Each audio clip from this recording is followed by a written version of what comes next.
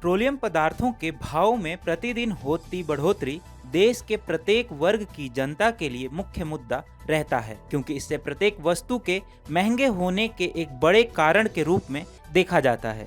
वर्तमान में आग उगलती पेट्रोल डीजल की कीमतें आम जनमानस के लिए मुसीबत का सबब हैं। संभवतः मोदी सरकार भी यह बात समझने लगी है, जिसके चलते ये खबरें निकलने लगी है कि 17 सितंबर को लखनऊ में होने वाली जीएसटी काउंसिल की 45वीं बैठक में पेट्रोलियम पदार्थों को भी जीएसटी के अंतर्गत लाने की प्रक्रिया पर चर्चा शुरू हो सकती है। इसका सीधा मतलब यह है कि पेट्रोलियम पदार्थों से टैक्स की मार हटेगी और आम जनमानस की जेब को बड़ी राहत मिल सकती है। यदि ऐसा होता है तो ये संकेत होगा कि जल्द ही पेट्रोल डीजल देश के सभी राज्यों में समान कीमतों में मिलेंगे। वहीं इससे महंगाई पर भी एक बड़ी चोट हो सकती है। TFI पर आपका स्वागत है और मैं अभिनव आज आपको बताने जा रहा हूं कि 17 सितंबर को होने वाली जीएसटी काउंसिल की बैठक में आम आदमी की जेब को कौन सी बड़ी राहत दी जाने की संभावना है। मोदी सरकार को लेकर सदैव यह कहा जाता है कि असंभव को संभव बनाने में पीएम मोदी का कोई जोड़ नहीं है। जीएसटी को लागू करने के मुद्दे पर अनेकों अड़चनें आने के बावजूद इसे सहज ढंग से लागू करने में पीएम मोदी और उनके कैबिनेट के होनहार वित्त मंत्री रहे स्वर्गीय अरुण जेटली की महत्वपूर्ण भूमिका थी। पेट्रोलियम पदार्थों और शराब को उस वक्त जीएसटी से बाहर रखा गया था, क्योंकि राज्य सरकारें ये नहीं चाहती थीं कि उनके आय में दो सबसे बड़े स्रोत भी समाप्त हो जाएं। ऐसे में जीएसटी को सहज रूप से लागू करने के लिए पेट्रोल और डीजलों के मुद्दे पर मोदी सरकार ने भी उस वक्त राज्यों पर अधिक दबाव नहीं बनाया था। लेकिन अब जो खबरें हैं वो ये संकेत दे रही हैं कि मोदी सरकार पेट्रोलियम पदार्थों की दिन प्रतिदिन बढ़ती कीमतों के कारण जीएसटी के जरिए राज्यों पर हंटर चला सकती है।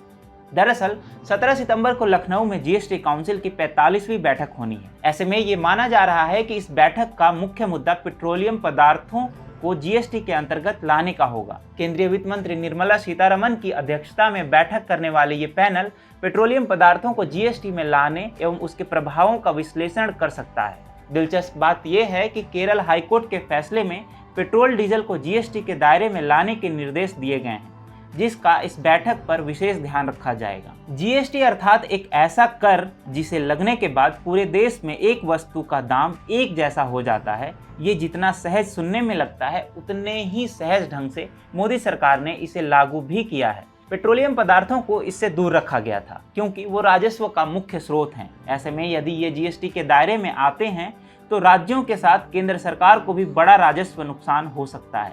अमर उजाला की रिपोर्ट के मुताबिक एक अधिकारी ने बताया कि राजस्व को देखते हुए जीएसटी काउंसिल के उच्च अधिकारी पेट्रोलियम पदार्थ पर एक समान जीएसटी लगाने को तैयार नहीं है। दरअसल वित्तीय वर्ष 2019-20 में पेट्रोलियम पदार्थों से राज्य व केंद्र सरकार को 5.55 लाख करोड़ का राजस्व प्राप्त हुआ था।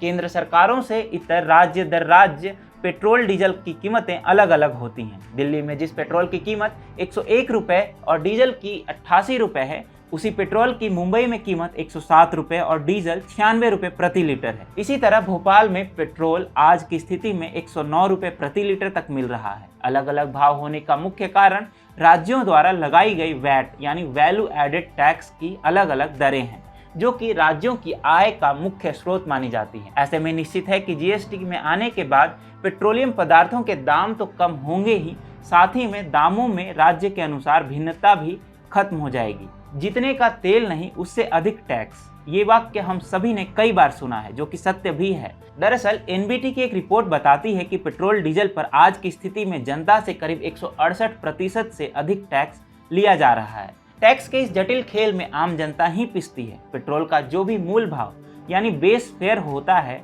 उस पर फ्रेट टैक्स, डीलर्स की कीमत, केंद्र की एक्साइज ड्यूटी, राज्यों का वैट और डीलर्स का कमीशन तक जोड़ दिया जाता है। इसका नतीजा ये है कि पेट्रोल की कीमत लगभग 2 गुनी से अधिक हो जाती है। कुछ ऐसा ही गणित डीजल के साथ भी है। नतीजा यह है कि आम आदमी की जेब को सर्वाधिक नुकसान होता है। हम आपको पहले ही बता चुके हैं कि जीएसटी में आने पर पेट्रोल डीजल के दाम पूरे देश में समान होंगे। इतना ही नहीं, जो टैक्स आज बेस प्राइस पर 168 से 180% तक लग रहे हैं, वो जीएसटी के 4 स्लैब 5, 12, 18 और 28% तक सीमित हो जाएंगे।